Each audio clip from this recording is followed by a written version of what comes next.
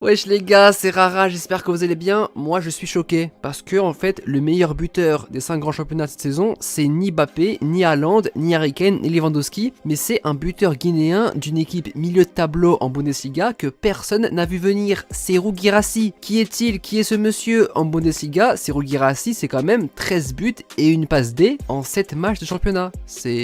Et un but et une passe D en un match de Coupe d'Allemagne, ce qui fait un total de 14 buts et 2 passes D en 8 matchs cette saison. Je pense que là il y a un problème. Non vraiment, le meilleur buteur de 5 grands championnats cette saison, c'est un mec qui joue à Stuttgart, l'équipe qui a failli être reléguée la saison dernière. Et t'as Jude Bellingham, 3e meilleur buteur européen alors qu'il est milieu de terrain, meilleur joueur de Liga cette saison. Je pense que c'est le 2003 qui a le mieux réussi au foot en ce moment, voire qui a réussi sa vie en fait.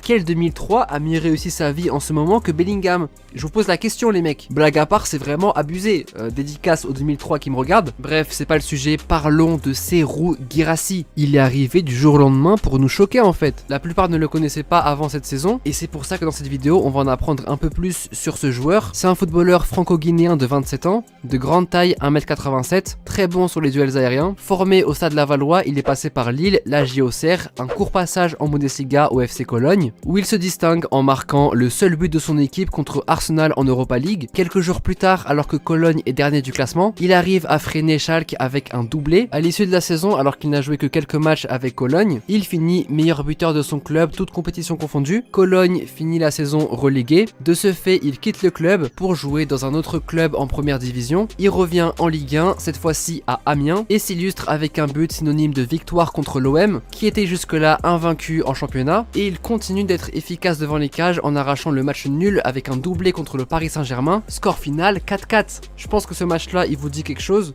Malheureusement, la saison 2019-2020 a dû être stoppée à cause de la pandémie. Serhou finit tout de même avec 9 buts en 23 matchs de championnat.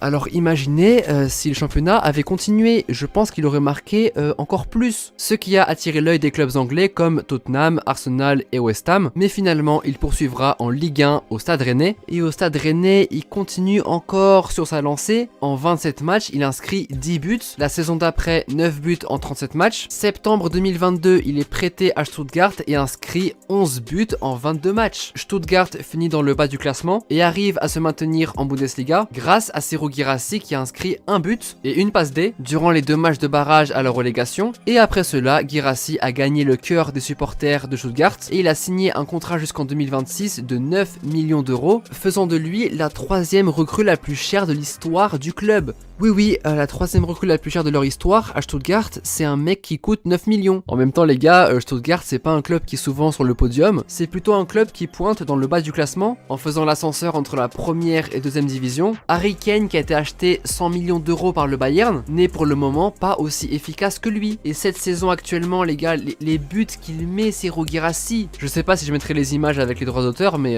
les gars, 7 buts en 13 matchs, et c'est pas des buts moches, il met des enchaînements incroyables, lob, piqué, frappe en puissance, élimination du défenseur, but, petit filet, crochet. Bref, s'il faut retenir un truc, c'est que Guirassy il a une excellente finition, une très bonne détente et une facilité les gars devant les buts. C'est aussi pour ça qu'il a choqué la toile footballistique, parce qu'en fait il est hyper efficace. Le mec on dirait qu'il a aucune difficulté, c'est naturel. 6 ans après être passé par Cologne, il retrouve ses marques en Allemagne. Je me répète, mais en 7 matchs il a marqué 13 buts, ce qui fait de lui le détenteur du plus grand nombre de buts en Bundesliga après cette journée, détrônant ainsi Lewandowski qui avait marqué 11 buts.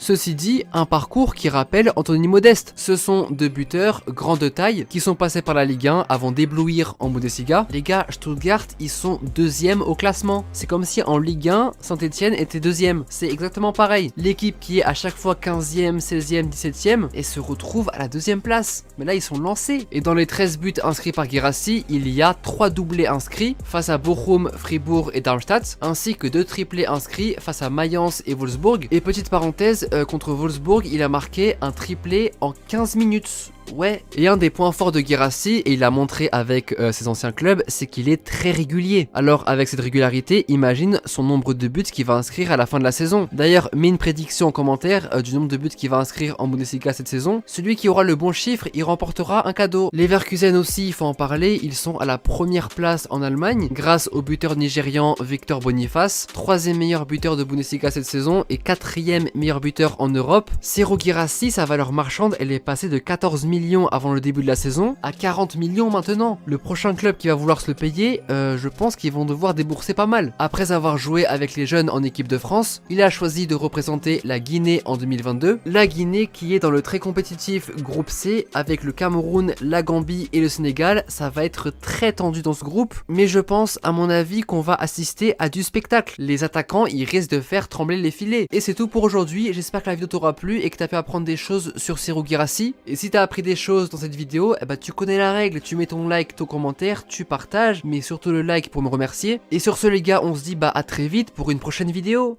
Et allez, tchuss!